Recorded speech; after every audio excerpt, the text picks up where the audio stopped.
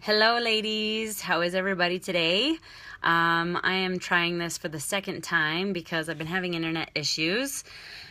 And, oh, by golly, let's just hope and pray that it keeps me going this time. So let's try this again. I'm going to introduce myself, a little bit about why I am here with you today with this topic at hand. I see an eyeball. Who are you? Will you comment below? Tell me where you're coming from, ladies. I want to know where you're coming at me from. My name is Danny Todd. I am from Utah, born and raised here. I've lived in a few other states along the way, but my husband just finished grad school and we have purchased a home and we're settling into this new phase of life, and it's really, really exciting. We've got 4 kids, all under the age of, hello, Nikki from Bentonville, Arkansas. Awesome. Becky from Chattanooga. Welcome, welcome, ladies. Excited to have you here. We got 4 little kids, 2 little boys, 2 little girls. Hello from Houston. Talitha? I love that name. Did I say it right? Tell me if I said it right. You guys, I meant to grab my glasses. You might see me squint a little more than you want to see me squint. Sorry. Crazy day. I've got my 4 littles all set up outside my office with a box of Capri Sun, a carton of strawberries, 2 bags of popcorn, and some Jolly Ranchers. So hopefully that'll keep them happy. What's up, Megan Ulrich? I love you. Excited to have you here. Cleveland, Ohio, Leslie Moten. I hope I'm saying your names correctly. Tammy in Ellsbury, Missouri. Okay, awesome, ladies. So yeah, Danny Todd from Utah, 4 kids, married to my best friend. I have been in the business. Well, I'm going to tell you what myself and what's up, Ashlyn? There's another one of my girls from Utah. I need to not pay attention to everything down below because I know it's like makes us all the ultimate squirrels. So I apologize, but I want you to know that I see you and I'm excited that you're here. Sydney, welcome. Okay. So, I'm going to tell you a little bit about my pure romance journey, kind of where I've come from, and then I'll tell you how long I've been in the business, and we'll get into maybe some of the things that I feel have really helped me. I sold 114,000 last year, 114,000 last year. I brought in 35 new consultants, and my team hit board of directors. Hello, Natasha Grimm, Danielle Greenwood. Welcome, ladies. Last year was my first full year in business. I'm going to hit 2 years in business here in September. So next month, I'm about 3 weeks away from my second year in business. And I've done it as a faithful Christian woman. So I've had the privilege to start training on the corporate level. It's been an amazing opportunity. And I usually share at some point in my introduction that I'm a faithful Christian woman. So when women learn of my success, they want to know maybe some of my tips and tricks. And so I've spent a lot of time. Thank you, ladies. You're awesome. Megan, you're going to make me blush. Natasha, you're awesome. There's no reason for me to keep my tips and tricks to myself. This is something I'm very passionate about. One of my biggest, most significant parts of my why is the Christian culture, especially my very conservative Christian culture here in Utah. I myself am actually Mormon. I'm a member of the LDS Church. LDS stands for Latter-day Saints. Some of you might not have realized that we are also Christian. We are Christian, and I believe very strongly in my Savior. Hello, Lauren. Yes. So it is an interesting market. It's an interesting line to toe, but it can be done, and it's very exciting. We are very, very needed, especially in the conservative culture. So I'm really excited to share some of these things with you. This is the first time that I'm going live to the world of pure romance, and it's crazy. What's up, Emily Steppy? I've got some of my girls from all over the nation popping in. So good to see some of the familiar faces, and many of you I'm not familiar with. I look forward to meeting you hopefully in the future. So yes, I'm absolutely happy to share, and hopefully something I share with you will be helpful for you in your business. Okay. Oh, a Catholic girl like you sells pure romance? Yeah, those are the things we get all the time, right? So, I actually just realized I need to grab my demo bag, because I'm going to share a little bit of my demo with you here in a minute, and you're about to get a little look at my awesome basement. The home that we bought is a little bit of a fixer-upper, and my office is one of the last things on the list. So check out my awesome paneling. But look, together we're unstoppable. There's my husband. Look, here's my trophies and all the PR awesomeness. You guys, pure romance freaking rocks. So let me hurry and grab my demo bag. Hang on.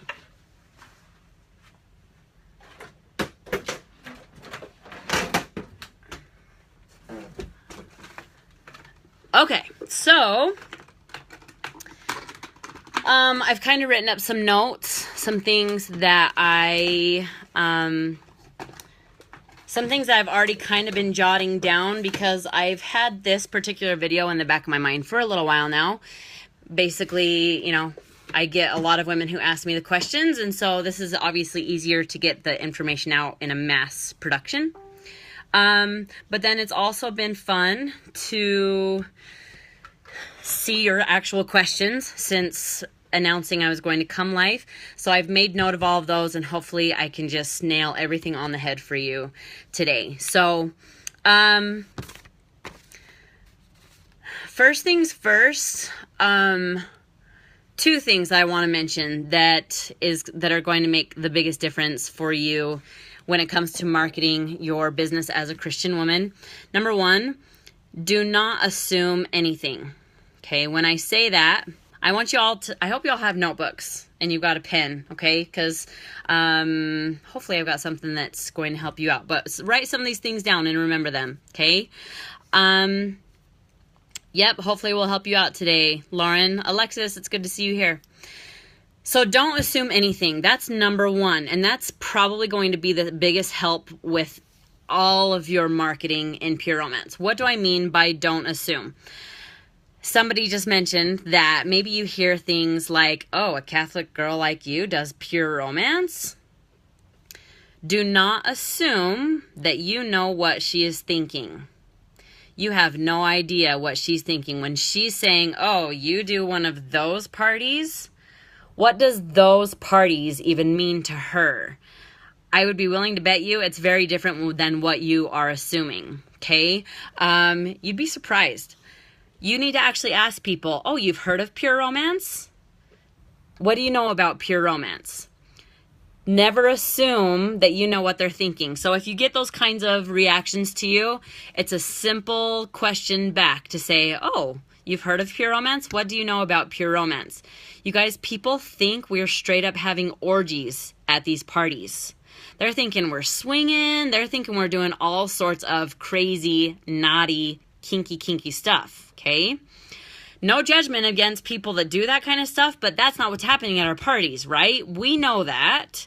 But here's what happens. You've got somebody that's like, oh, you do those parties? You're like, oh, yeah, and you just try to change the subject.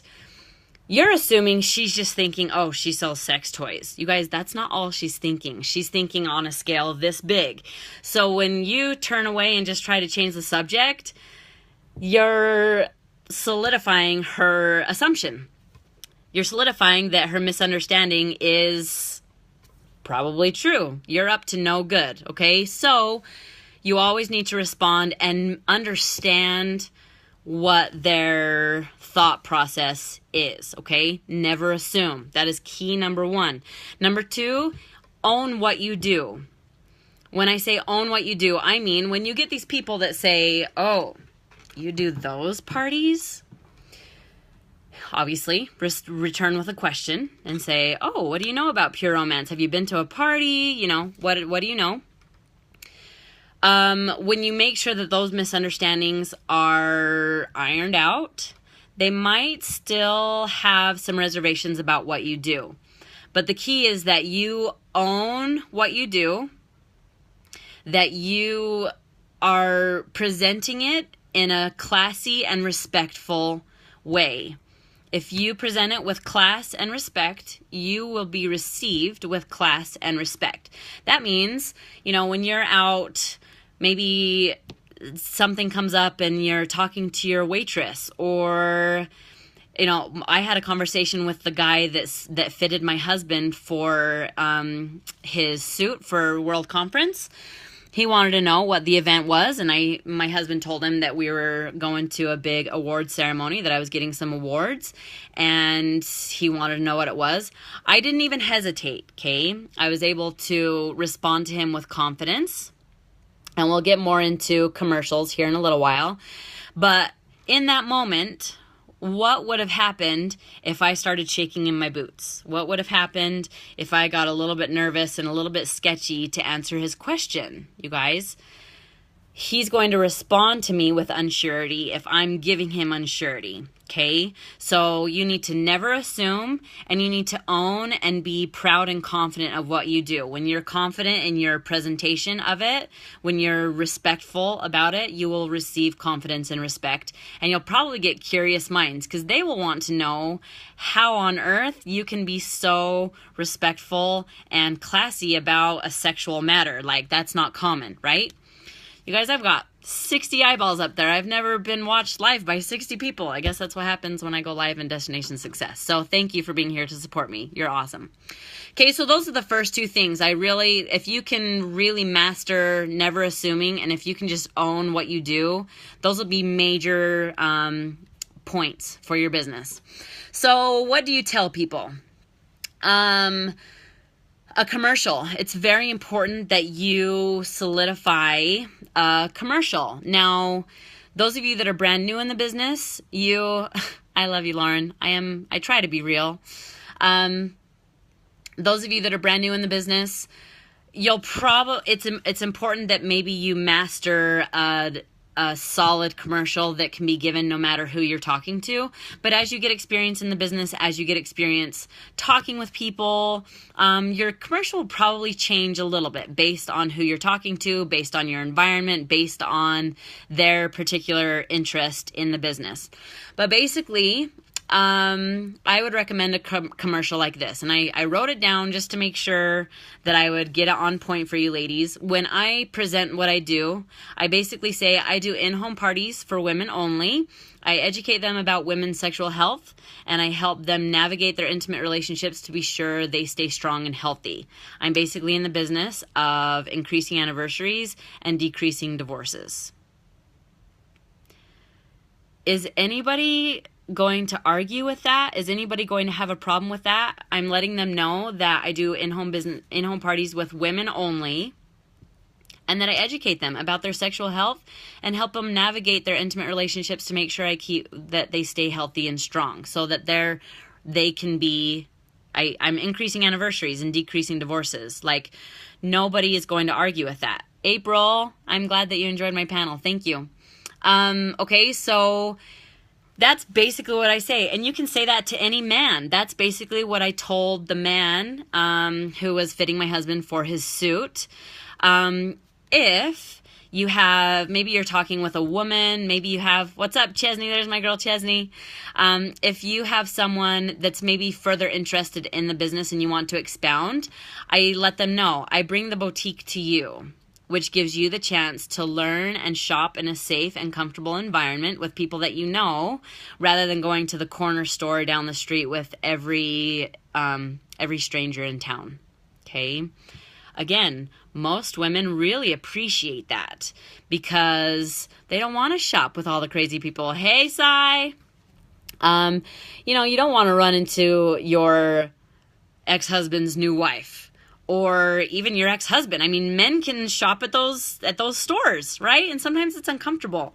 So it's just key that you're letting them know these parties are for women only. You're educating about women's sexual health and helping them navigate their intimate relationships to know how to keep them happy and strong and make sure that you're keeping relationships together, okay?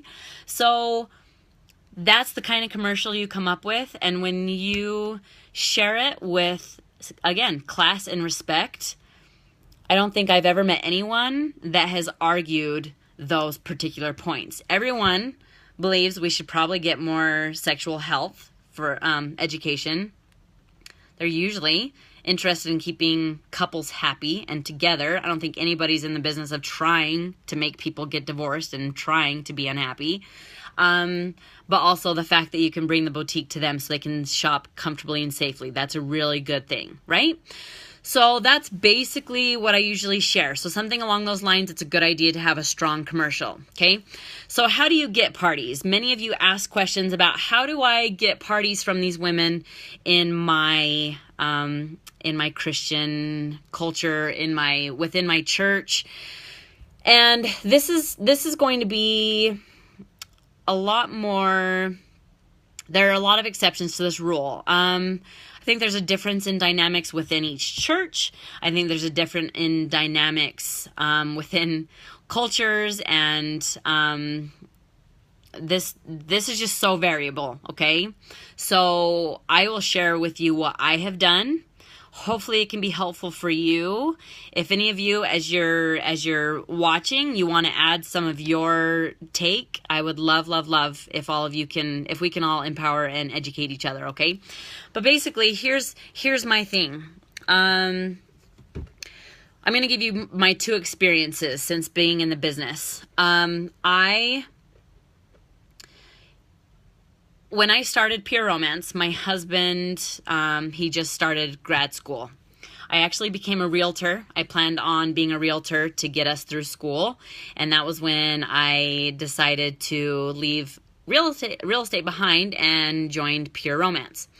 The area I was in at the time, we were new to this area. We were renting a place while my husband attended grad school, and people took us in very, very graciously in the new church congregation we were in. And it was a very good experience. It was exciting because of how genuinely hospitable people were, and they took us under their wing. I've got she's 4 years old now, but my daughter was 3 years old at the time.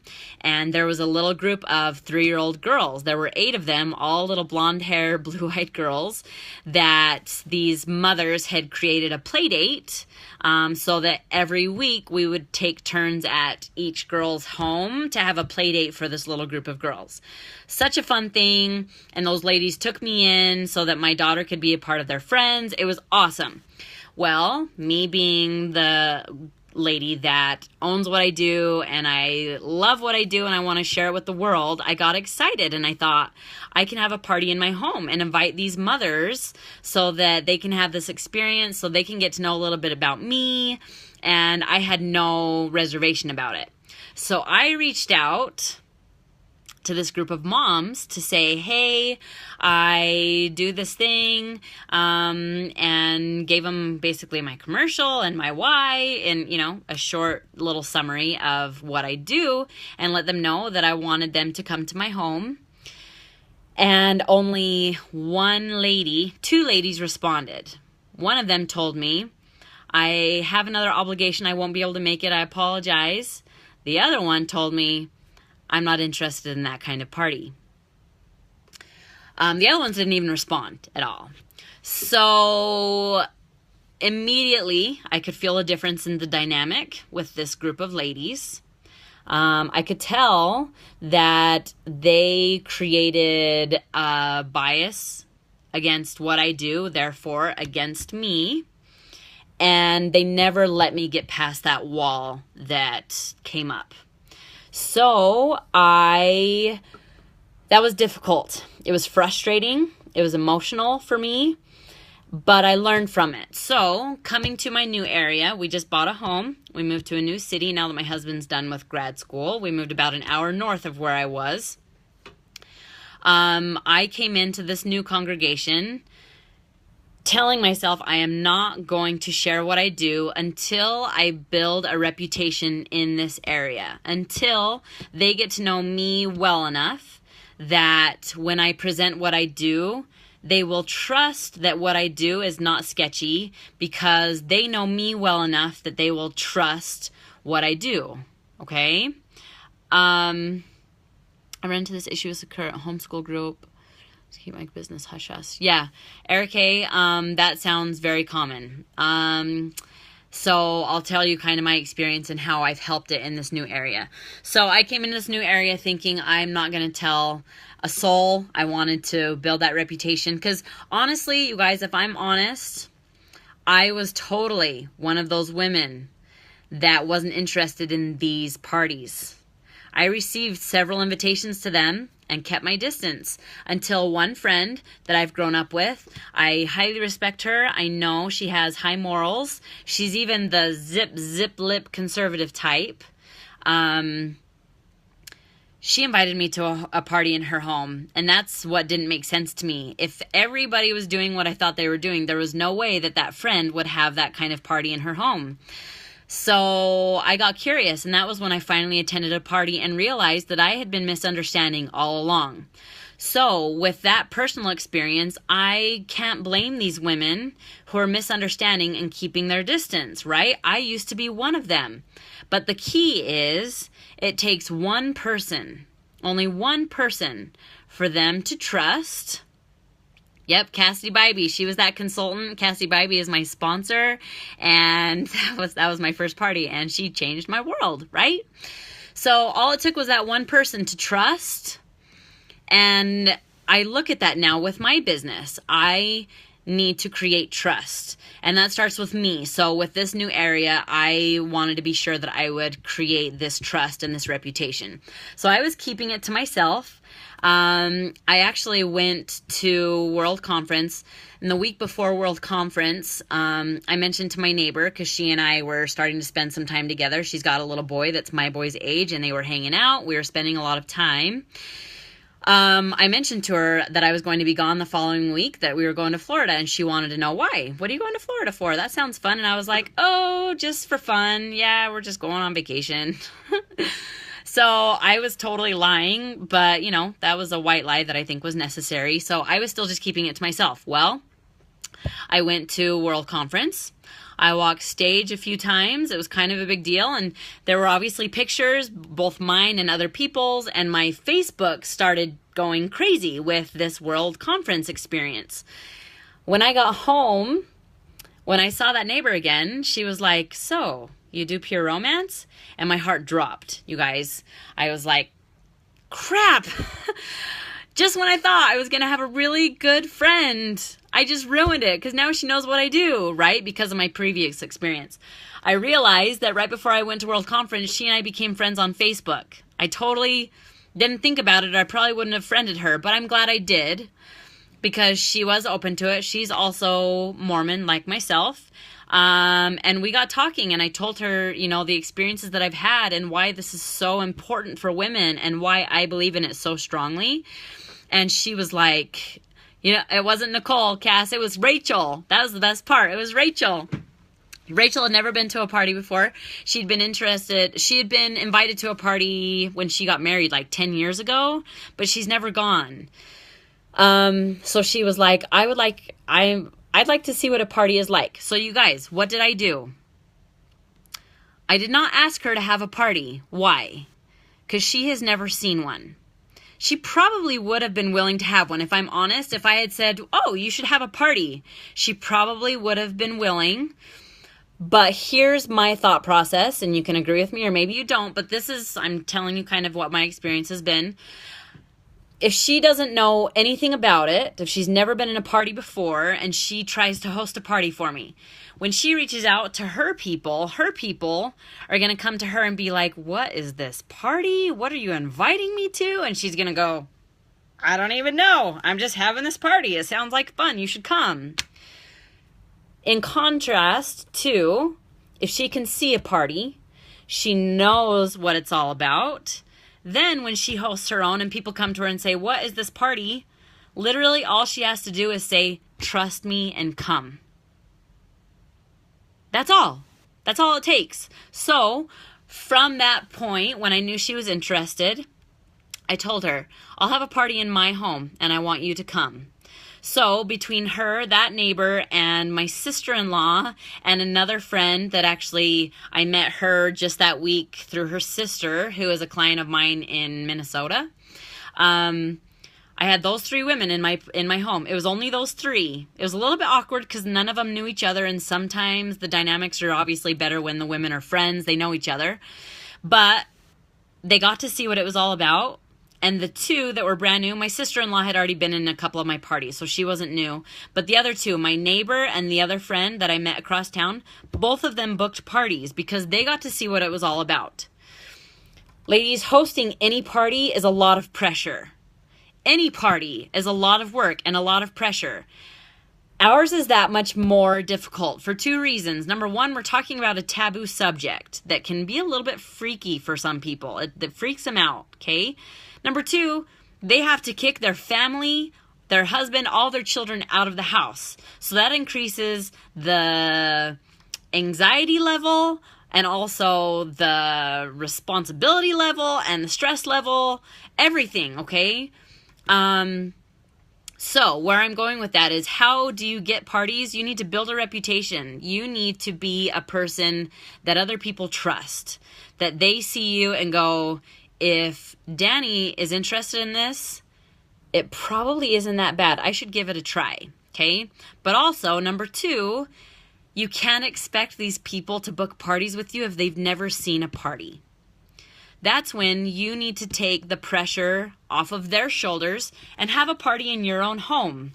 All that pressure that I just talked about, kicking husbands and children out and cleaning up and making refreshments and all the things that goes into a party, take it upon yourself to offer them that opportunity so they can come into your home without the pressure of that on their shoulders, and they get to see it and they get to decide, you know what? This is actually really cool. And then that's when they'll take it into their own home, okay? I personally do not expect anyone to host a party for me if they've never seen one, okay? How often do I do a party in my own home? You guys, I'm a really bad liar. So Erica is catching me off guard with a question that I have to answer honestly. I do not like doing parties in my own home. That pressure is a lot for me. I think the biggest thing, and we struggle with this especially in Utah, and maybe I'm giving you too much, but I want to delve and make sure I answer your questions thoroughly, okay? We have a lot of startup businesses around us in Utah. This is a culture of entrepreneur, startup business, in-home business, stay-at-home moms working. So there's parties going on all the time. Because of that, women around us here in Utah, you know, they get invited to a party and they're thinking it is just somebody who wants to earn some stuff because they don't want to spend money on it. And they're like, I don't want to go to another party. It's that much stronger, I think, when I host my own, because people are like, oh, it's going to be that much more pressure because if I go into Danny's home, I can't tell her no, but I'm not really interested in buying anything. Like, until they know the experience, they're thinking it's just a sales pitch. So it's a lot of pressure for me. I've attempted in my business, in the last 2 years, I've had 3 in home for myself. And all 3 of them have had very small numbers. And I can't blame the people. Like I said, they're misunderstanding. And so I don't do it often. But in every single case, if I've got enough women that are interested to maybe host parties, but they won't have their own because they don't know what it's all about, I will always, every day, I'll have one in my home, okay? Yeah, Lauren, isn't it funny? I never want to host my own, but sometimes it's so good to practice what you preach and humble you to be a better consultant for your hostesses. Absolutely. It is good for you to have that experience in your home, okay? And the perfect reason to have one in your home is to give women that experience without the pressure on their shoulders. Take it on your own, okay? So that's kind of how do you get parties within your congregations? You've just got to be an example and stay consistent and just prove through your actions that you're somebody that they can trust, and give them the opportunity to see what it's all about under your roof before you expect them to have one under theirs, okay? So some tricks to get more ladies to your parties. especially if you're dealing with all the naysayers that don't think that they're interested in this kind of thing, okay? Something that's been very helpful for me is an introductory video that I post in every one of my events. It's very important that you create the Facebook events for your parties, okay? Because you need to be the one that moderates what is posted in there, to make sure that accurate information is there. And so you should be creating your Facebook events, okay? You need to make sure you invite your hostess as a co-host, because then when she reaches out to her people and invites them, it says, you know, Susie is inviting you to her event. If you don't make her a co-host, it's going to say Susie is inviting you to Danny Todd's party. And they're like, who's Danny Todd? I don't want to go to Danny Todd's party. So make sure she's a co-host. I love you, Becky. It's good to see you here. So, make her a co-host, and then the very first thing that I post in every one of my events is my introductory video. It's very short. It's, I think, a 30 to 45 second video, basically to give them FaceTime with me, for them to see me and realize I'm not a crazy person. My daughter just walked in and said, is she Mormon? She sounds Mormon. That's funny. I am Mormon. Yes, please come back and watch later if you'd like. Krista, that makes me really funny. She sounds Mormon. What does a Mormon sound like? That's really funny to me. Okay, Heidi, this will be helpful for you. So my introductory video, I basically just tell them, hey ladies, my name is Danny Todd. A little bit about me. I have been married to my best friend for 8 years. We've got 4 little kids.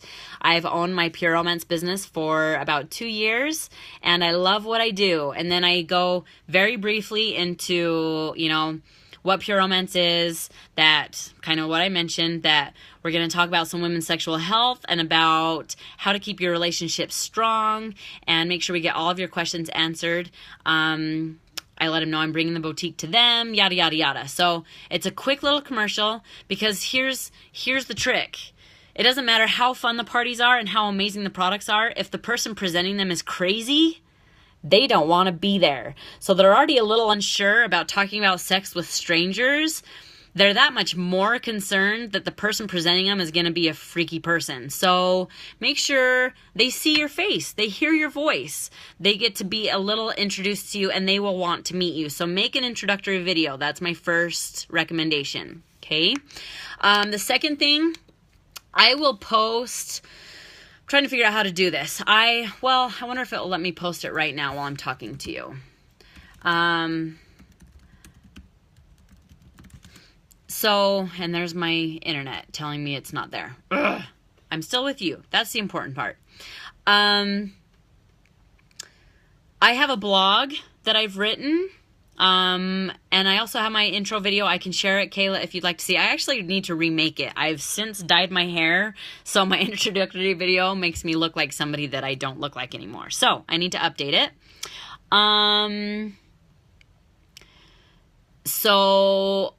I grew up LDS, so I'm like my mom or their friend's mom. Yeah, that's hilarious. I'm totally Mormon. So, that's funny. So I've got this blog post that I've written, and I'm happy to share it, to basically, iron out the misconceptions about these parties. So I will share that, but I share that. I actually link it when I post my introductory video. In my introductory video, I let these ladies know, if you aren't sure what to expect, I've posted a blog post below that I've written just for you, so you know what to anticipate, and I look forward to meeting you. So that's when I post that blog link in the comments, so they can see that. I've had a lot of women come to the party and tell me that blog post is what changed my mind and made me curious, made me feel safe to come. So I will share that. My internet won't let me post right now. But I'm going to write a reminder for myself, blog post. When I finish this video, I will post it for you, so that you can read it. And you guys, I am more than happy if you want to share my blog. You can copy it and paste it to you can copy and paste it to all of your events. Or if you have your own blog, you can copy and paste it into your own blog so that you can present it coming from you, okay? Or however you want to take it. All my tools are all for you. I want you all to succeed. So I do my introductory video, I do that blog, and I also offer an incentive for people to bring girls who have never been to parties before. So it's a lot of fun. I get a lot of parties filled with party versions, and those are always my favorite because those are the ones that you blow their mind. They spend hundreds of dollars because they're like, oh my gosh, I need all of these things, and it's a lot of fun to watch their brains just explode. So those are some things that I have found that do help women feel more at ease and more, they feel like they can trust you more, and they feel safe to come to your parties, okay? So then it's party time, okay? I've got my little demo bag. I'm not going to show you my entire demo. I'm definitely more on the education side compared to entertainment side. I'm not much of an entertainer myself. I do like to, I like to get reactions from people. I'm a very reactive person, so I'm the one that really likes to surprise people and get a rise out of people. But as a matter of like entertaining and making people laugh, it's not my strong point, so kudos to you that do. You're so welcome for all the information. We're just getting started. Okay, this video might go a little while, but hang with me or come back later if you need to. And this will be posted for your reference when we're done, okay? But I do want to share 3 things that I feel really help my demonstration appeal to conservative cultures, okay? And I want to share those with you. The key thing is your introductory game. That's the very first thing that is really the most important thing. Your ability to break their walls down and, again, realize they can trust you, realize that they can be at ease in this party, and understand the direction you want to take it is so important. So I'm going to share with you my introductory game, okay? This game actually comes from the COO. I do the yard sale game, so you can go to the COO to find this, but the twist that I've put on it is a little bit different, and it's been very, very helpful in my conservative Christian community, okay? So I hold this up. Let me pull back. Can you read that, or does it make everything backwards? Can you read it? Okay. Good job, Megan. Okay, so I asked them to write these 4 things. Number 1, an item you currently own, doesn't have to be sexual, something you currently own that you no longer want or need. I let them know that if it is backwards, well, we're smart, right? You can read that backwards, right?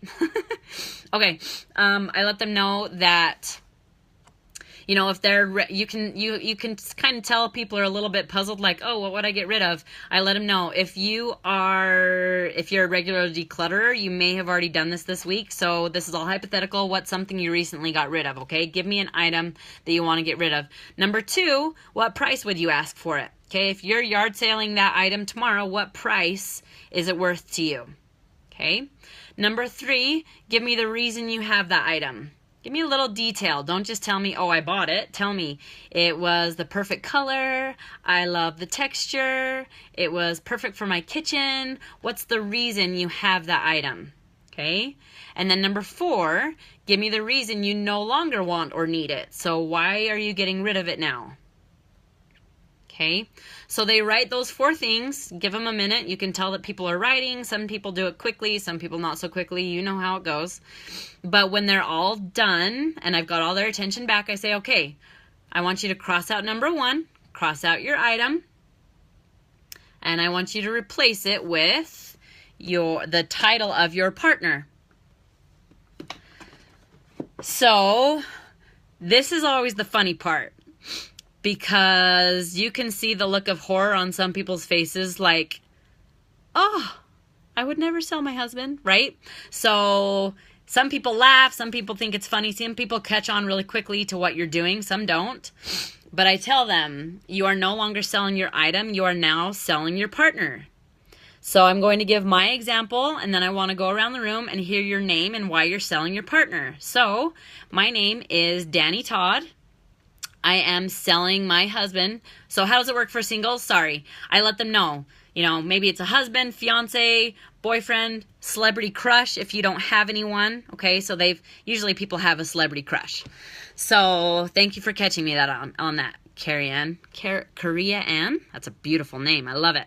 Okay, so I give my example. Hi, my name is Danny Todd, and I am selling my husband for $5 because I needed him for my kids, but now he just takes up space.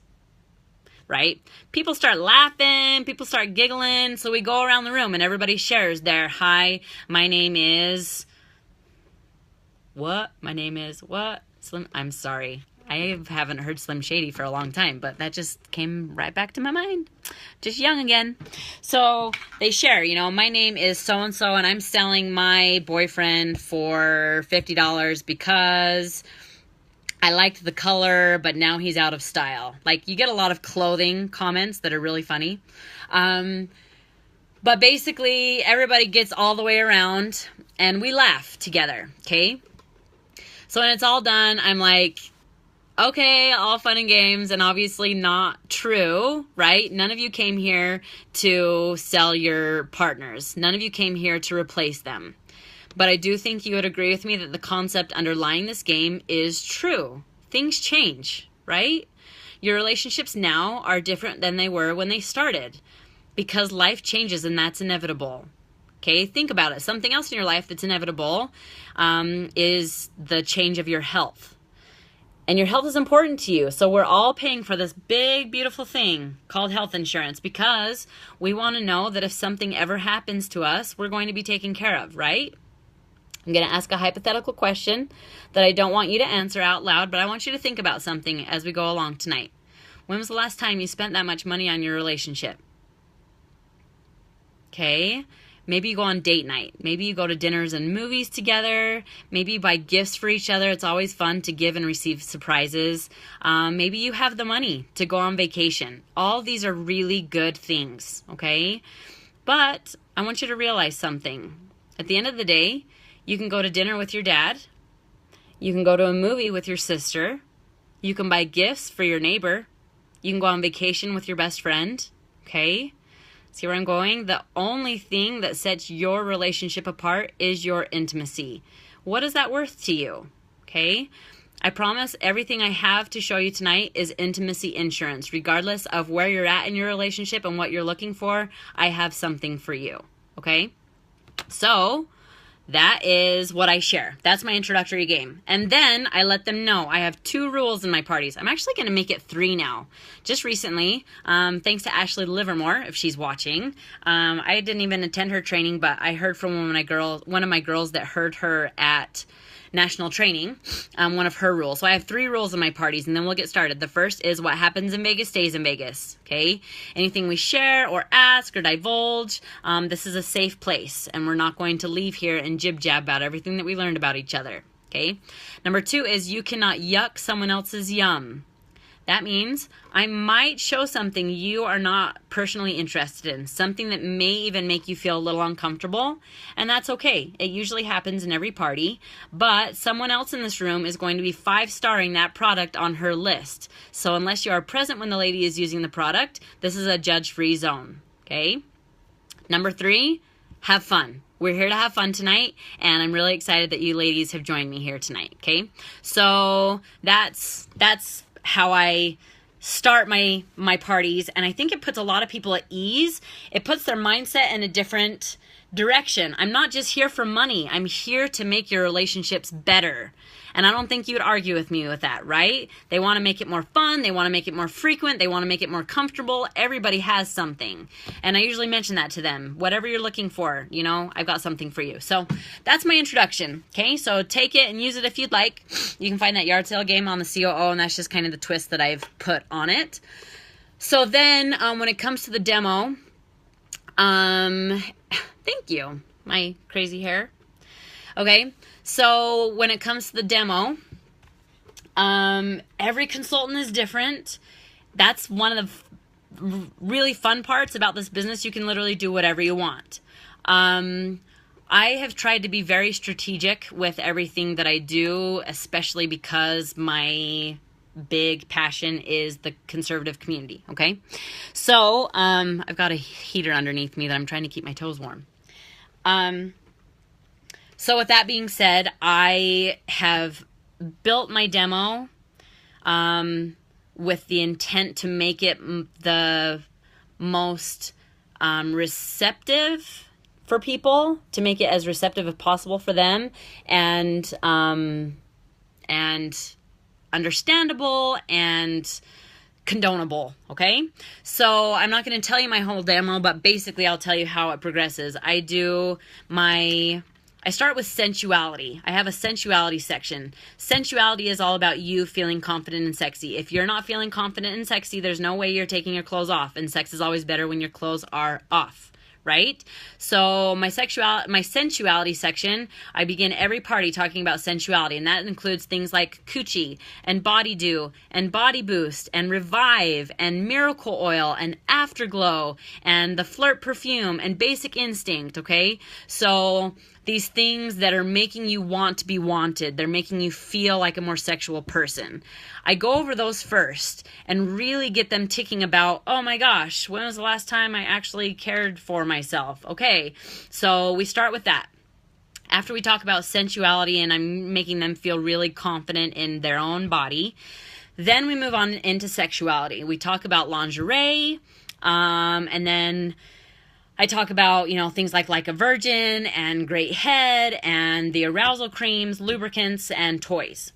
I am going to jump into my demo live with you, starting with arousal creams and where I proceed from there.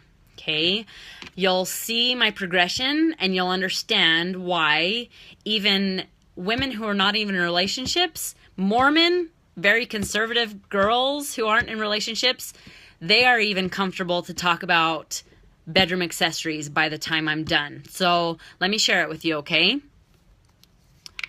Oh, that's cute. Yes, I will leave it up for you, Kelsey, and anybody else that wants to come back. I'm probably going to try, I've never done it before, but I'm going to try to upload it to YouTube so that this is shareable even outside of this group, okay? So hopefully that's helpful. Okay, so let me get into party mode. Open up my little bag of tricks here. Okay, so, okay. So I do a party menu, and that's how my party is guided, is by a menu, okay? So assuming that you have a menu in front of you, I'm just going to kind of proceed based on that, okay? Okay, ladies, the next thing on your list, you'll notice it says arousal creams, and then there are 4 subtitled names there. I'm going to pull out these 4 little bottles. Let me get them in order. These are next on our list, okay? So we're just going to highlight these here for a minute. We're going to talk about women's libido, because libido is quite finicky for most of us, okay? Libido, if you've heard the word, libido is your desire. Your largest sex organ is your brain, okay? I think you'd agree with me that if things aren't happening here, they aren't happening down here, right? Typically when something looks or feels or smells exciting, these little synapses in your brain go, and that's what starts a blood flow, okay? Things get down below the belt, nice and warmed up, and arousal starts to happen so that you can be ready and excited for that experience, okay? What if you struggle making that connection between libido and arousal? Okay, they're separate, ladies. Libido is up here, arousal is down here, and they need to be connecting. If you struggle to make that connection, or if you feel like you've never made that connection, you're not alone and you're not broken, okay? 3 of the biggest reasons women struggle with libido are lack of sleep, prescription drugs, and dehydration. Do those sound familiar? Check, check, check, right? It's very, very common. So these little tubes right here are going to help with that arousal libido connection, okay? I'm going to tell you where they go, what they do, how to use them, and then I'll discuss the difference in the 4, okay? You're going to apply a small amount of one of these to your clitoris. Okay, I didn't bring a diagram with me tonight. We're going to keep it classy with my hand. Okay, everybody catch me? You can see where I'm going with this. Okay, this is your labia majora. What's popping out at you right here, you might be familiar with that as your clitoris, and you're almost there. Okay, what you see on the surface is actually not your clitoris. What you see on the surface is a clitoral hood that's hiding the treasure for a very good reason. Okay, if you're to go home and lift this little hood, you're going to see something that's about the size of your pinky fingernail.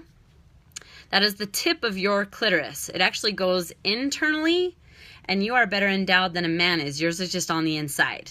Okay, it's like an iceberg. On the surface, it's about the size of a pinky fingernail.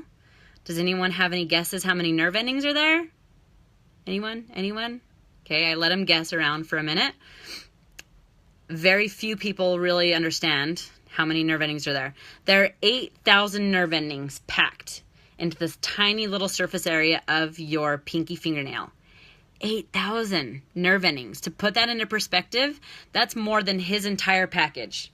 All the way around, start to finish, at most, he has 4,000 nerve endings. Right here alone, size of your pinky fingernail, you have 8,000. And guess what? It has no purpose other than pleasure. Literally, science has never found a reason for it other than pleasure. That means it's a gift. And if you'll take care of it, it will take very good care of you for years and years to come. Okay? So, size of your pinky fingernail, 8,000 nerve endings. Do you think it needs very much to get it going? Probably not. Okay? You're not going to give this to him. He's going to think he's frosting a cake. And nobody needs that up in there. Okay? This tiny little tube is not trial size. What you're going to do with one of these tubes is pea-sized dab, okay? Like the end of your pinky fingernail. Lift the hood and dab it on the surface. You don't need to rub it. You don't need to blow on it, do anything special. All you need to do is dab it right there. What it does is bring blood to the surface. It gets those nerve endings really excited, and it's like 20 minutes of foreplay in a bottle. Just like that, okay? That is the feeling that your brain immediately connects to. It senses that excitement, and that connection happens. Okay? So, why are there 4? Everybody is different. We've got levels 1, 2, 3, and 4. Okay? So, let me give you a little story about each of them so you can conceptualize maybe which one would be for you. Okay? Level number 1. This is called Boost. Boost is for the lazy girls. You know you're a lazy girl if you sigh when your husband gets home from work because you know he's going to want to do it. And you're looking at dishes, you're looking at kids, you're looking at dinner, you're looking at laundry, and you're thinking, if we do it, there's just going to be more laundry. I ain't got time for that, right? Okay, but if you're a true lazy girl, you know that if you would give him 5 minutes, this connection does naturally happen for you. You're just being lazy about putting effort into it, okay? In other words, if you could disappear for a weekend with no obligations in the world, if you could naturally be very sexual with him, you're probably just a lazy girl and you're not making it a priority, okay? So this is going to give you a little boost, okay? Number 2 is called Pure. Pure is for sensitive Susies. If you know that you do not respond well to colors or flavors in your sensitive area, Pure is going to be for you, okay? Number 3 is called O. O is my number 1 selling of the 4. This is level number 3. It's going to be a little more intense, and it's more for the check the box sex ladies, okay? What is check the box sex? Oh, man, we haven't done it for a while. Yeah, we should probably do it. So you do it, and it's not the best, but when you're done, you high five anyway and check it off your list, okay? If intimacy has become a chore for you, literally something on your list that you have to be checking off, this is going to really help. That gets really hard on a relationship, okay? This will help a lot. It is also unisexual, so if you have a man who struggles with arousal, this is the one for him, okay? Number 4 is called AMP. AMP is not for every woman. This is going to feel the most intense because it is a gel. The gel does not create a barrier to keep it from absorbing. This is going to absorb faster. It's going to last longer. It's going to feel more intense, okay? Something else that sets them apart, Boost and O have flavors. They are meant to be orally fun, okay? If that's something you're interested in. If not, AMP and Pure do not come in flavors. They probably won't kill you if they get ingested, but they're just not going to be fun, okay? These actually taste good, okay? any questions. So we make sure to get all their questions answered. Okay, so we talked about arousal. Now let's talk about lubricants.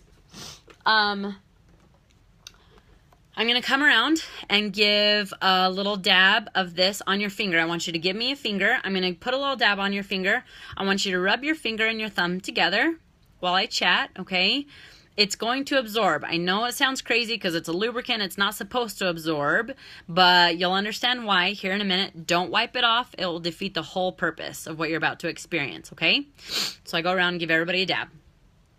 This is a point in my presentation where some women will tune me out because they hear the word lubricant and they are thinking, psh, I am wet enough, okay? If that's you, hats off. You're definitely a minority. It's not very common for women to feel that they self-lubricate plenty enough, okay? Most women understand the importance of lubricant for the sake of pleasure. Absolutely, because every machine will feel better and work better if it is well oiled, right? 80% of women who struggle to orgasm, who have never orgasmed, will not have a problem if she will use a good lubricant, okay? So if you're struggling in that department, lubricant might be your easiest fix. But it's not only for pleasure. There are some health benefits that most women are not aware of that I want to bring to light for you tonight. 2 that I want to mention, okay? The first is that lubricant serves as a barrier. We've talked about pH balance. Your body has a pH balance. Your vaginal pH balance is especially sensitive. It is very, very fragile, and chances are when anything penetrates, it's not going to be clean enough to honor that pH balance. Okay, so lubricant can serve as a barrier. That is number 1. Number 2 that turns on a lot of lights for women is men do not create moisture, they actually absorb it. Okay, within 3 to 5 minutes, he's absorbed most, if not everything that you have naturally produced. So if he's lasting longer than 3 to 5 minutes, which you probably hope he is, if you're not properly lubricated, that starts to create friction. Most of us have been there. It doesn't feel the nicest, okay? It can be uncomfortable in the moment. It also causes discomfort in days later.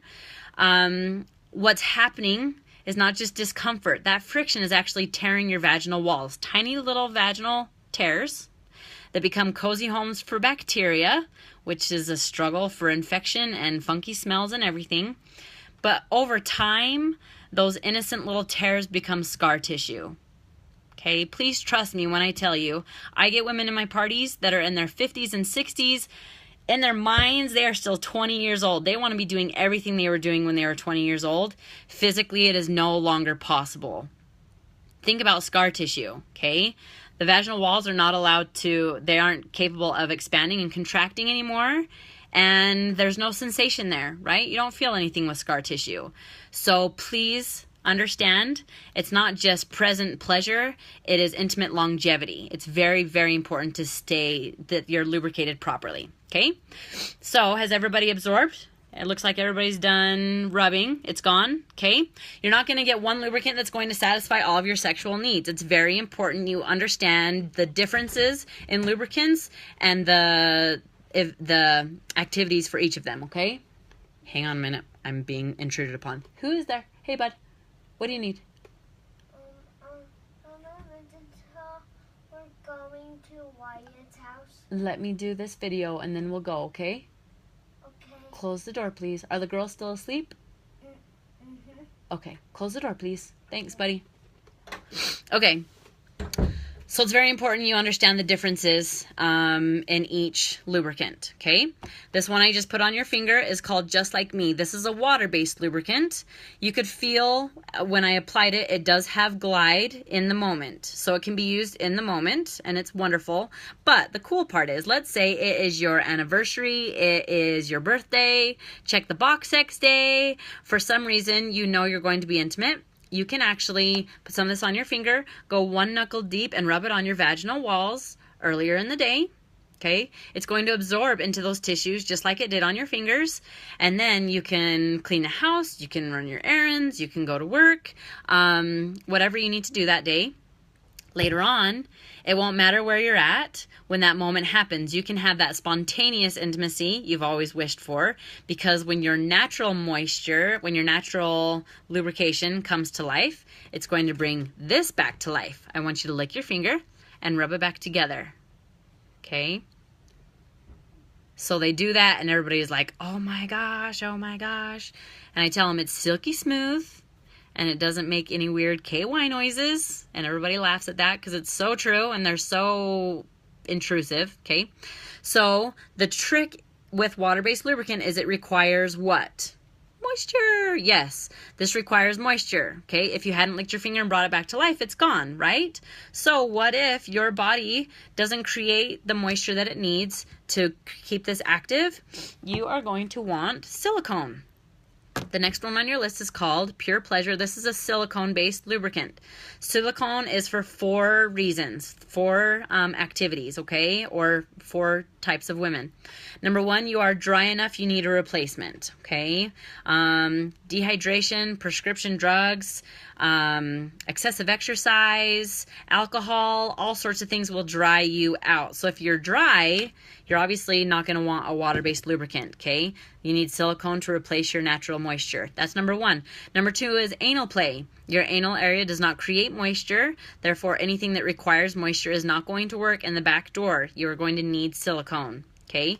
Number 3 is water play. If you've watched that awesome scene on the movies, so you go to try it in the shower, and you're like, okay. Nobody enjoys that, but Hollywood didn't lie to you. It's possible. You have to have silicone. This would be a lubricant you would just keep in the shower. Okay, so that's number 3. And number 4 is marathon sex. If you are lasting long enough that you need to reapply a water-based lubricant, just bump up to silicone. This stuff stays on the surface. It repels that, it repels any other moisture, and it keeps you silky smooth for a much longer period of time.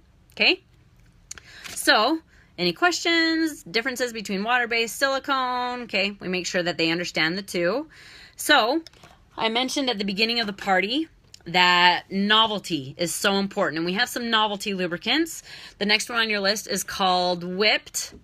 This is a really fun lubricant, and hopefully everybody in this room trusts me enough by now, because you're all going to experience this with your eyes closed, and you're going to give me a finger.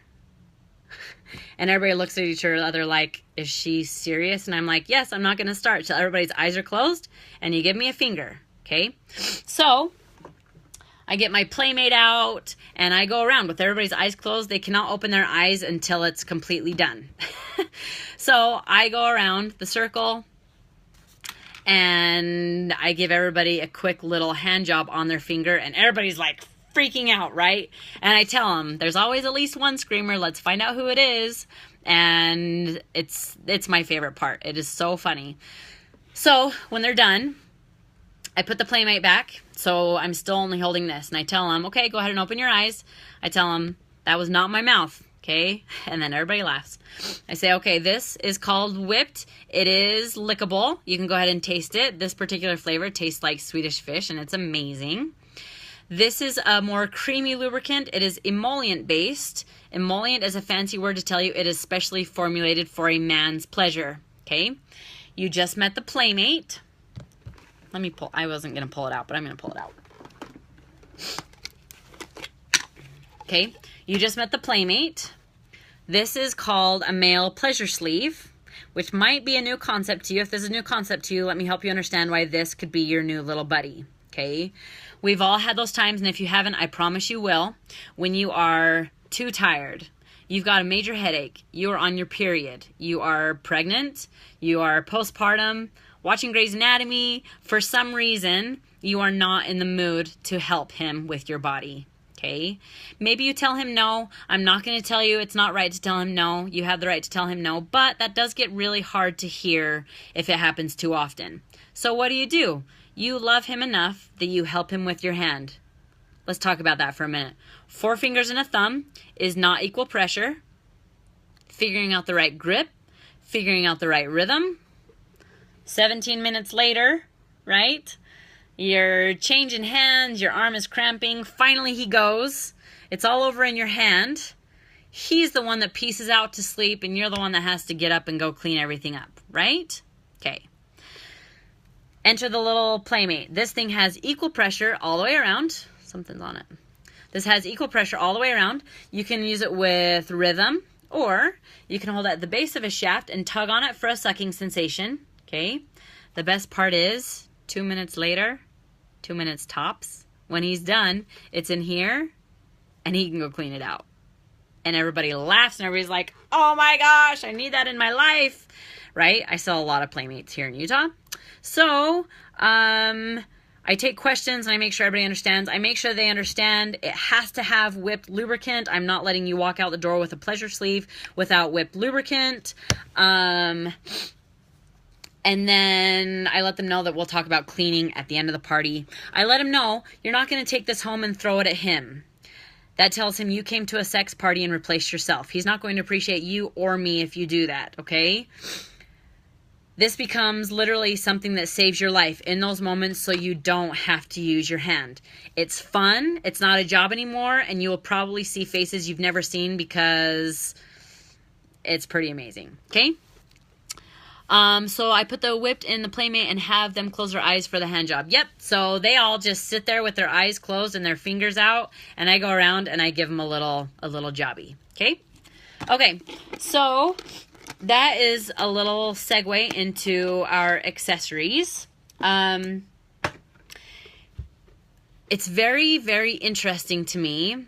Traditionally speaking, I realize that there are exceptions to this, but traditionally speaking, mostly it's usually the men that are more sexually driven. It's what they think about. It's what they want all the time. They were that way when they were teenagers. It follows them well into their adult years, right? Sex, sex, sex. It seems like women sometimes struggle. Maybe there's sometimes hurdles for them to get past. And like I said, there are exceptions to the rules, but basically it's so much more familiar and so much more comfortable for men. And I realized something hanging out with my little kids. I've got a 5-year-old son and a 7-year-old son. And those of you who know little boys know what I am about to mention, the fact that from the day they were capable of grabbing anything, what do they hold on to? Right? They sleep with it. If they trip and fall, that's the first thing they reach for to make sure it's cared for, to make sure it's protected. I actually learned from one of my recent clients who works for hospice, most of the men that when they come upon men that have passed away, they're holding themselves or they're erect, okay? That area is a very comfortable place for them, but no wonder why. From the age of 1, they interact with it no different than they interact with their fingers. They know what it feels like to the touch on the outside. They also know all the feelings it instills on them on the inside, okay?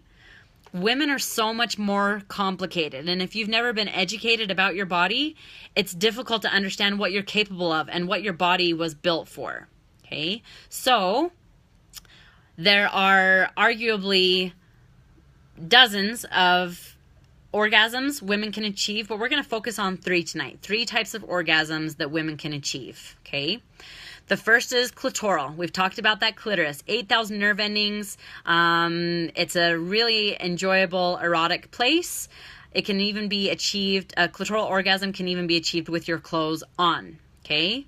That means next time you're in cycling class, there's a lady that starts to pedal really fast. She might be having a party in her pants you weren't invited to, okay? True story. Number 2 is a vaginal orgasm. Those first couple inches inside the vaginal opening also packed with nerve endings and stimulated by the in and out motion of intercourse, okay? That vaginal orgasm is going to be a little more intense, a little stronger than a clitoral, okay? Number 3 is a G-spot orgasm. Every woman has a G-spot. It's just a matter of knowing where it is, what it does, and how to use it, okay? If you were to go home, take your fingers in the shape of a hook, come inside and reach right behind your pelvic bone with that hook. That general area is where you'll find your G-spot. Now, I say general area because every woman's body is different. Yours might be farther inside, closer to the surface. Might be the size of a dime, size of a quarter, okay? If you go seeking it out and you are not feeling any sense of arousal, you're not going to find it. He's the bad boy of your anatomy, and he hides away very well unless you can convince him that it's worth coming out to play. But if you can convince him, the surface of the G-spot becomes spongy and ridged, similar to a walnut.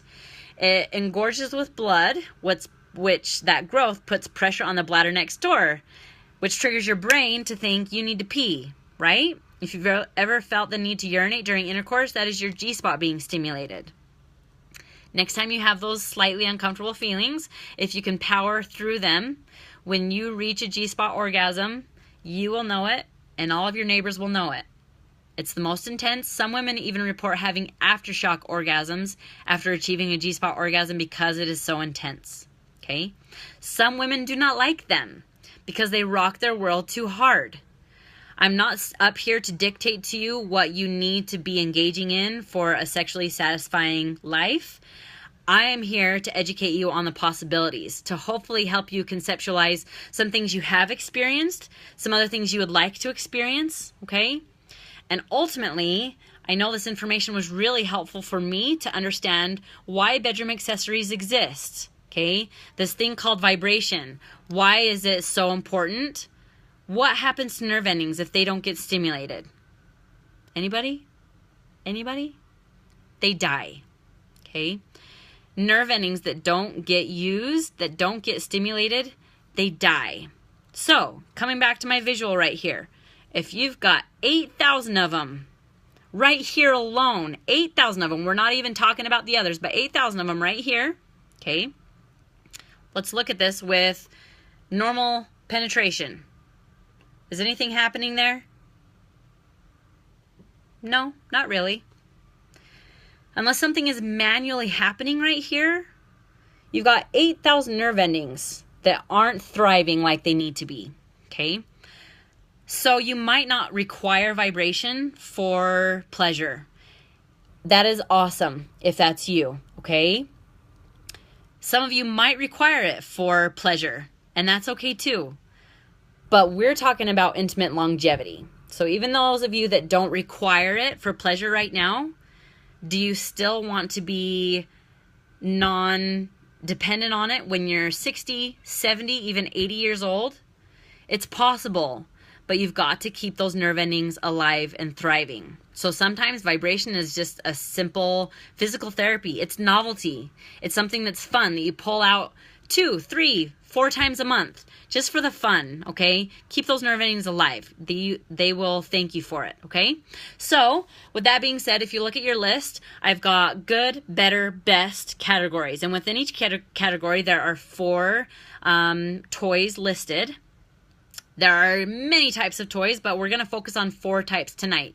Couple toys, clitoral toys, G-spot toys, and dual action toys. And within each one of these collections, you'll see that there are those 4 types, okay?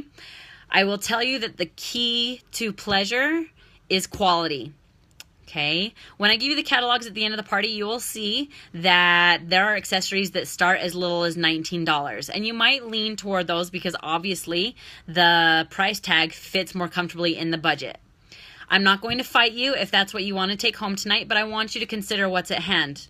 We're talking about pleasure, okay? We're not just talking about a new broom to sweep the floor or a new little purse to go with your cute outfit, okay? We're talking about pleasure. Do you want it to be really, really good or just get a job done? All of the accessories in the catalog will get a job done, but we're talking about pleasure, and I think we all want it to be really good. So everything that I'm showing you, even in the good versus the best tonight, I would send out the door with 5 glowing stars, okay?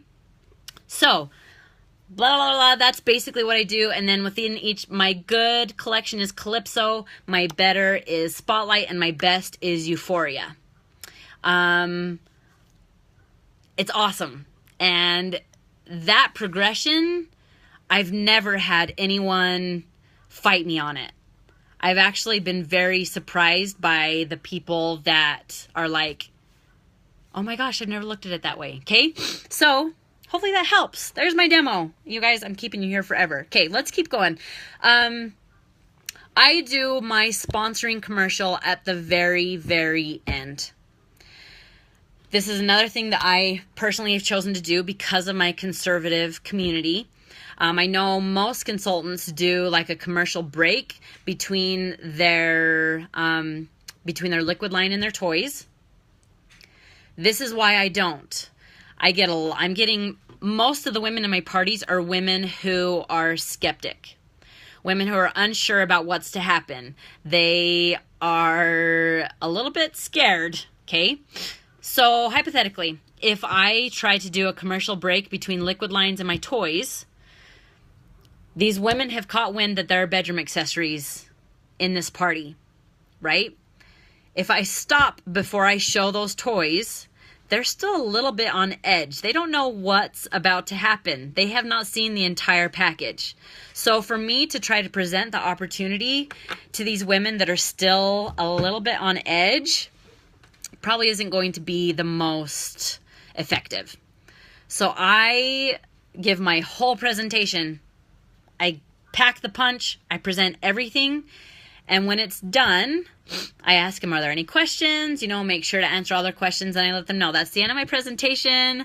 I hope you all really enjoyed yourself tonight and you found some things that are going to help you and your relationships. Something that I do at the end of all of my parties, whether this is your first party or your second dozen party, I have found that women have watched what I do and they think, I would love to do what Danny Todd does. Or maybe you have a friend or a sister, a cousin that you could see doing what I do. And I go to the ordering room and inevitably get questions about the business from many women in my parties. So rather than taking all that time back in the ordering room, I like to give just a quick couple minutes at the end of all of my parties to make sure we answer all of your questions about the business and what it takes to be a consultant. I do like to make things fun, so I've got some tickets for you. I usually have raffle tickets. I got some tickets, and I will give a ticket for any question that you ask. If you do not have your own questions and you're just straight up competitive, all you want is a ticket. I've actually pre-printed my most frequently asked questions. This is the 8 is Great question game. You can also find this on the COO. 8 is Great. These are my most frequently asked questions, and I will give them to you as a socialist opportunity to get a ticket. So I hand these around, and then I give them a minute at the end of my parties to make sure that we offer the opportunity. That has been very effective for me, because by then people have seen the entire package and they're like, that wasn't that bad. That was really cool, and every woman needs this information. So I get a lot of interest, okay? So that's also something that I think is key, that I do my commercial at the very end. Taryn? What? Will you please close my door? Okay. Thank you. You're welcome. Okay. So that's basically introductory game, the progression of the party, and my sponsoring commercial. That's how I do it. Okay. So you need to just build your platform. If you look in the celebrity world, if you look at these different celebrities, you probably basically know the things that they're passionate about and the platforms that they stand by, the things that they believe in. You just need to start branding yourself. And if your desire is to be a strong consultant within a Christian community, start branding yourself as that. That's totally what I've become. And it's really exciting. To answer the question, have I done parties for Christian women? 9 out of 10 of my parties are with Christian women and Christian groups. And it's awesome, because that's what I'm most passionate about. So I do have parties outside of that, and those women love me too. It's always fun to come into a group and these women that are like, she's Mormon, but she's really cool and she doesn't judge us because we're drinking with her. Like, I've got friends in all circles, so I'll party with anyone, but my bread and butter is my Christian culture, and that's what I do mostly. But it's because I built this platform. I become a trustworthy Christian consultant, and so I've started networking within that Christian community because I'm the one that they trust. And I do get the women that have been in other parties, but when they come to mine, they're like, I went to a party before and I had a lot of fun, but I would never have asked that consultant to come into my home, but I want you to come into my home. I want to have a party with you. That's really rewarding, right? That's a really big compliment. So be that person, be that one that starts to build such a name for yourself as a Christian consultant that you're their bread and butter, okay? So that was everything that I wanted to give to you, but now I'm going to tackle the questions that you presented when I posted yesterday that I was coming live on this topic. One of the first questions was from someone who has a daughter. No, the consultant is going to a Christian college, and there are strict rules about anything promiscuous or presumptuous, okay? Here's the thing. What we do is not promiscuous. If you're presenting it right, there should be no question that what you're doing is promiscuous. And if you know that, when you go into this Christian college, even if people see the sticker on your car or whatever, if people do not agree, going back to what I started this whole video talking about, don't assume that you know what they're thinking. You've got to ask the questions and understand where they're coming from. Because it might be a simple misunderstanding. They think that you're having orgies in your parties. All you have to do is say, I'm not. That's not what happens at these parties. Take those moments as educational moments for you to put any misunderstandings aside and make sure that people really actually understand what you're doing, okay? I would never be afraid of having my sticker on my car. The only reason I don't have a sticker on my car is because I go out in public without my hair done and in my sweats too much, and I know that the irony of the world would mean every time somebody wanted to shop for me would be when I look like a disaster, and that's not good for my business. So I myself do not have a sticker on my car. I'm not to that point yet, but those of you that do have stickers on your cars, like if it comes up as a question, especially within a college and somewhere that they could possibly have disciplinary action against you, you just need to have the discussion with them so they really understand what you're doing, okay? Judgmental Christians. If they give you the chance to talk, you just need to talk. It's the same concept. Don't assume. Ask questions to understand where they're coming from. If they want to claim that what you're doing is ungodly and sinful, you need to ask sincerely for them to show you where they're finding that information. I had a girl reach out to me after national training saying, they tell me that it's sinful, and I've searched the Bible. I've searched and I've searched and I've searched, and I can't find anything. I told her, ask them to show you, because they probably won't be able to find it either. So let them prove to themselves that it is actually not doctrine. At least within my church, it's not. Okay, within our Mormon church, there is nothing printed that says that what I'm doing is ungodly. And I've presented that to people. I've said, show me the evidence. I genuinely want to know where you can find it. And nobody's ever been able to, okay? So in those moments, you've got to be respectful and classy. But you can sincerely ask them to show you, where are you finding this, okay? But, prior to that, it might just take simple conversation to make sure you're not assuming and just answering to their misunderstandings, okay? Somebody asked about, if I understood correctly, somebody was asking, what do I do if somebody asks me how my mom and dad feel about my business? If your mom and dad are supportive, you just need to smile and say, they're happy for me and proud of what I do. If they're not supportive of you, you just need to smile and say, my parents don't quite understand what I'm doing, and that's okay. Simple as that, okay? Don't get your feathers ruffled. Don't get defensive. Don't word vomit on people. It's all about being classy and respectful, okay? Your mom, somebody said, your mom is not fond of what you do. So how would you approach her? I'm gonna beat a dead horse. Don't assume, okay? My dad thought I was straight up selling pornography when I started this business. So we just had to have the conversation. I had to show him my catalog. I actually opened my inventory bags to show him and told him why I believe so strongly in this and why it is so necessary and so important for our community. And now he's my biggest fan. So you've just got to have the conversation. You've got to understand where she's coming from. okay? And then kind of correct those misunderstandings. So this was a really good question. Somebody asked me, what about the products that are sketchy to viewers in the catalog? Two probably that are the most common for people to like cringe about is the strap-on accessory and anal toys, okay? I get it sometimes in my parties. Women will be looking at their catalogs and they're like, you know, whether they giggle at it and point or whether like, ew, what crazy people would be buying this? Yes. I want to go right now.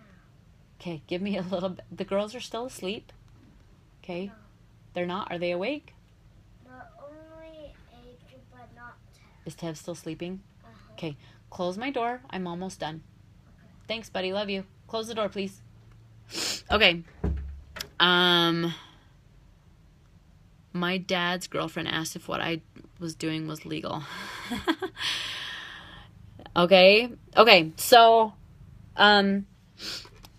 the strap-on and the anal. And you'll get people, like I said, that either giggle at it or that's really embarrassing to them, or they're thinking, you know, that must be some kinky women up in here that would be buying this stuff. I always like to point out to them, speaking about the strap-on, I mentioned, you know, sometimes there are men who have prostate problems, especially if they've had prostate cancer and they're incapable of having an erection anymore. And so he can strap that on and still role play and pleasure his wife. You should see the look on women's faces when I give them that scenario. They're like, there are really people that go through that? Yes, there are people that go through that, okay? You're in your perfect little bubble and you think your problems are the only problems in the world. No, they're not. So we've got a strap on. Sure, homosexuals might use it. But guess what? There are a lot of really good people who still want to have a sexual life, right? You guys, can you tell I'm like passionate about this? So I make sure that they understand, like, a man with prostate problems can still use that to pleasure his wife. And they go, oh, that's cool.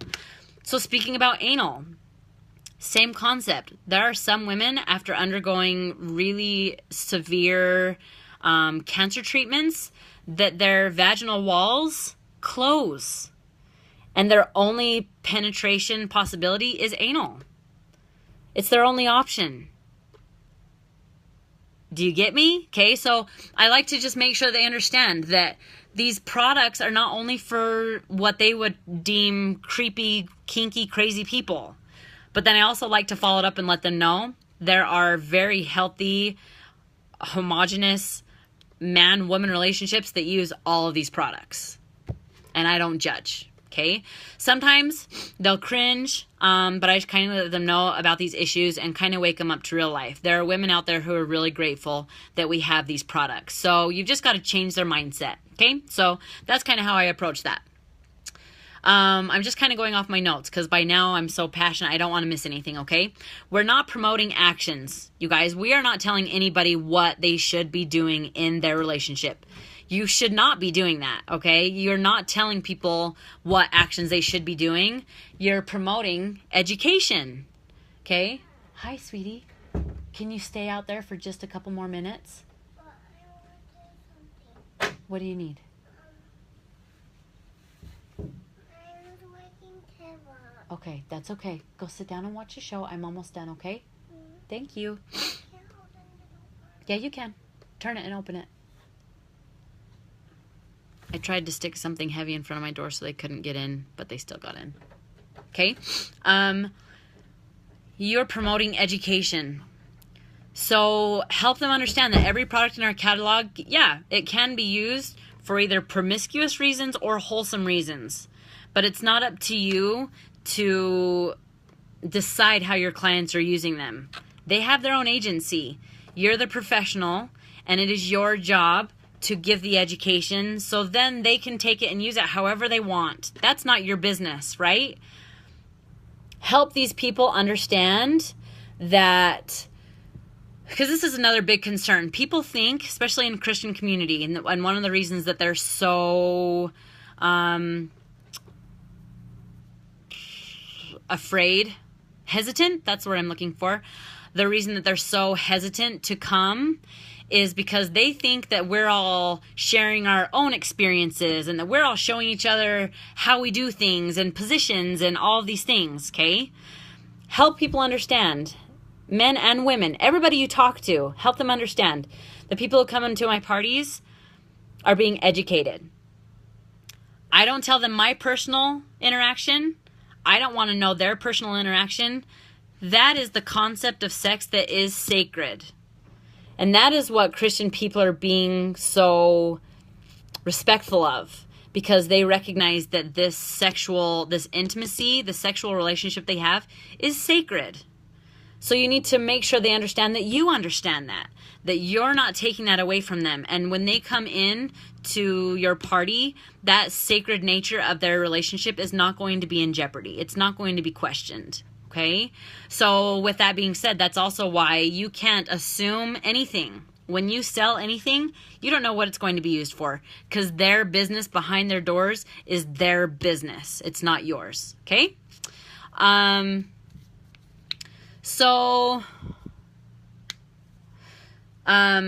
Sorry, I'm reading and going as we go along. So women who understand their sexuality can respect it, but they need to be educated to be able to understand it. One of my biggest desires with my business is that I am educating the generation of mothers right now who are raising daughters.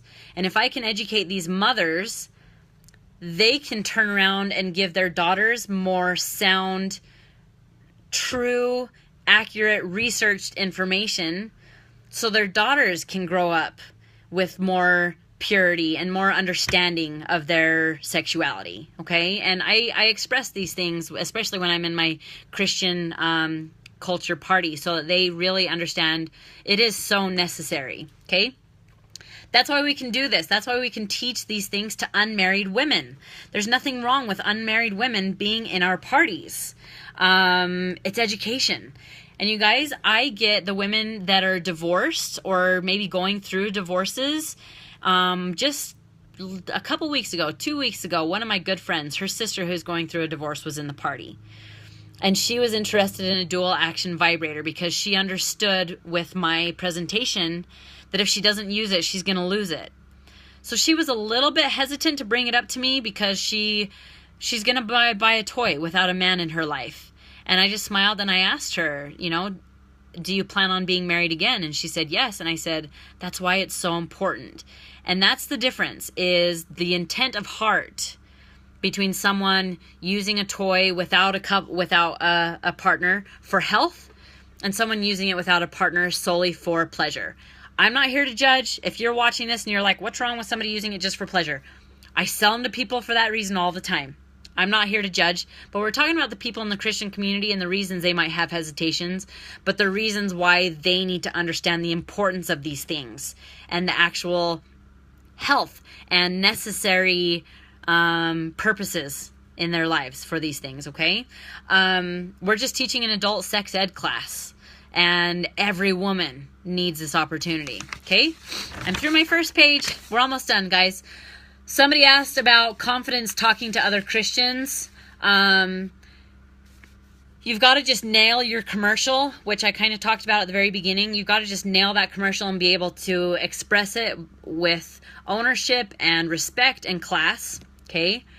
If they want to disagree and debate with you, somebody I think was concerned about other people that might try to get biblical and try to show evidence or this and this and that. The most important thing is that you keep your cool. You be the bigger person. Oh, here comes my terror little 2-year-old. Hi, sweetie. She just woke up. Come here. And I'm not going to be able to push her away, so I apologize. I'm going to hold my little 2-year-old for a minute. Come here. Mommy, Yes? where's the time to go? You woke up your sister, huh? Where's awake right now? Okay. They know that we're going somewhere to play when I'm done with this. Come here. Oh, buddy. She's in just panties and everything. Say hi. Oh my gosh, what a mess. Okay. You need to be the bigger person. Here's the thing. When disagreements happen, people get really heated. People do things and say things that they regret. And they burn bridges. Don't do that. Okay? The topic of sex is one that might bring out a lot of attitude, possibly even aggression, with people that are trying to defend their personal beliefs. But that's exactly what it is. It is a personal belief. Okay? Which means the only thing you can control is the way that you present it.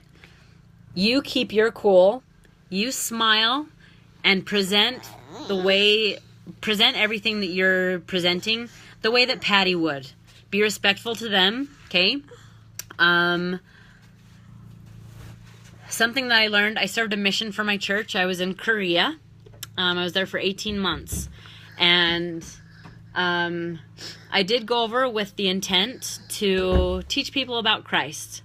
And there were a lot of people that did not like the Mormon missionaries. And some of you may have seen these Mormon missionaries out and about. I used to be one of them. You want your pants? Okay, go get them.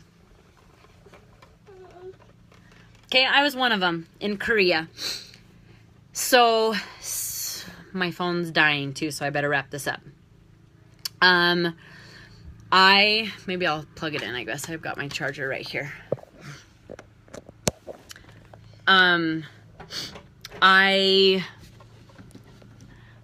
learned very quickly that there are some people who did not like what I was doing there, who did not appreciate what I stood for and everything that I believed in. If I would have tried to debate and prove them wrong and show them all of the reasons why I believe what I believe, we would have run in circles for weeks, okay? Something that I learned is all you can do is smile and give them your testimony, basically, of your business, okay? Here. Smile and tell them, I know that what I'm doing does not jeopardize my faith. I know what I'm doing is important. I know what I'm doing is keeping couples happy, and I'm keeping families together. And I love what I do. Can anybody argue that? You guys, you see? Whoops. See where I'm going? Okay. If you're trying to debate, whoops. My charger makes it so I can't sit up straight. And I'm trying to put my daughter's her pants on. Are you okay? Did Taryn give you a Jolly Rancher? Okay, go get your Jolly Rancher. So do you see what I just did there? I'm not debating with them. I'm not trying to prove them wrong. I'm not trying to prove that I'm right. The point is, you stand on what you do, you own it, and you present it in such a way that they can't argue. They know that you believe in what you do and that what you're doing is a good thing. Okay? Somebody mentioned that they get people who have husbands who don't agree that they think that what we do is harlot's work. Again, I would just want to know why. I would want to know what they think we're doing, so that I can just put to rest those misunderstandings. Same thing, if you're getting denied by vendor events, it doesn't hurt to ask why. Respect their response, but ask, do you mind if I ask why you feel it's not appropriate for your event? We're in this to make a difference, and one by one, you can help people understand what we're doing.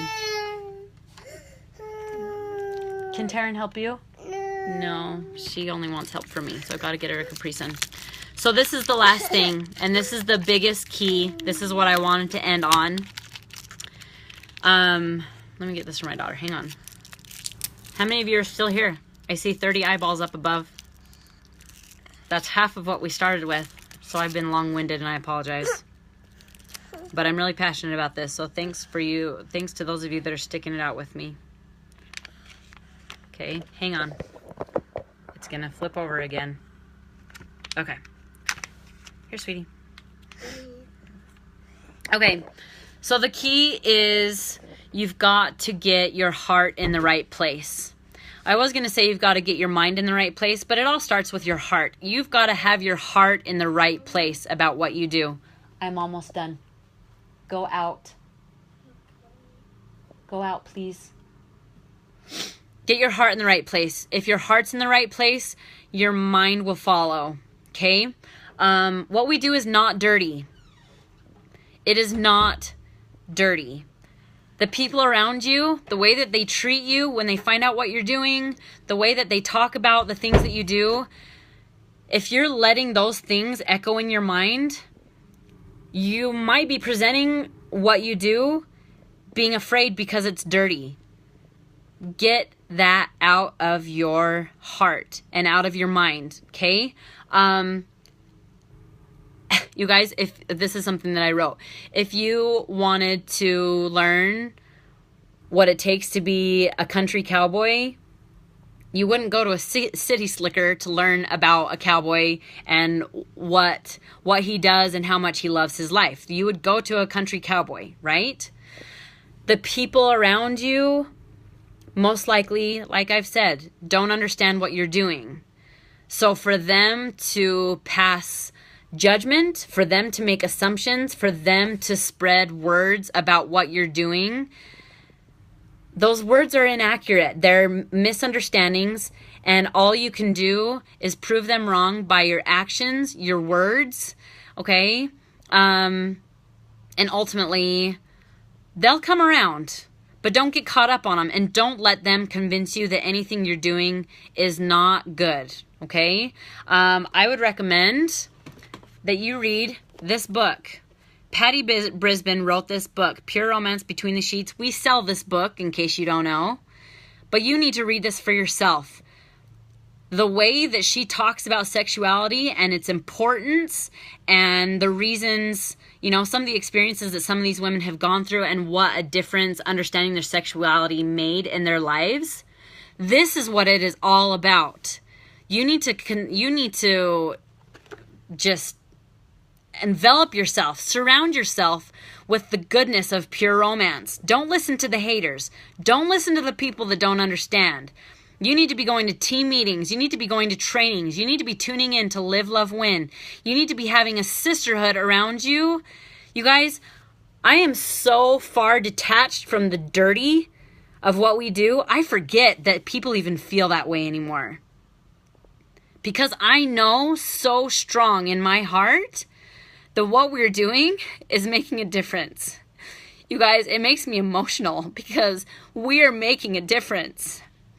And when I come across the haters, I don't even care. And I let them hate. I don't let it bother me anymore because I've seen this change too many people's lives. It takes a very special person to do what you're doing on a daily basis, you guys. It is difficult to do what we're doing. But you're a representative of Patty Brisbane. And her mission, her desire, everything that this company stands for is goodness. And I'm so proud to be a part of it, okay? I hope you are too. Get your heart in that place. And it won't matter what anybody says. It won't matter what anybody thinks. You will move mountains, okay? So now that I'm crying, don't tell my brothers. I have 6 brothers. I don't have any sisters. My brothers told me, don't you ever cry, right? So go to the source. You don't talk to people who don't understand it to understand pure romance. You go to the source. You read Patty's book. You read, envelop yourself. Just engulf yourself with the goodness of pure romance, and it will make a difference. Shay is my sister. And she lets me cry. No, Shay, she's one of my sister consultants, and she truly has become like a sister to me. I love you. So ladies, hopefully that has been helpful for you. Share this video. I will see what I can do about uploading this to YouTube so that you can share it with people even who are not in this group. We've been here for almost 2 hours, but I've given you everything I've got. And these are really the things that have helped my business be as successful as it has been in 2 years. And I am so blessed for it. So the longer you look at me, the more I look like Princess Diana. Oh my gosh, that's the sweetest thing anybody's ever said to me. Okay, so don't hesitate to reach out to me. If you want to follow me on Facebook, I'm more than happy. I would love that. I will be at World Conference in April. Ladies, get there. I will even be on the road training with corporate this fall. I don't know if I'm allowed to tell you where I'm going to be, but those of you that recognize me when I get to your city, please come give me a hug, and I could talk all day. So I love you all. Have an awesome night, and I'll see you soon.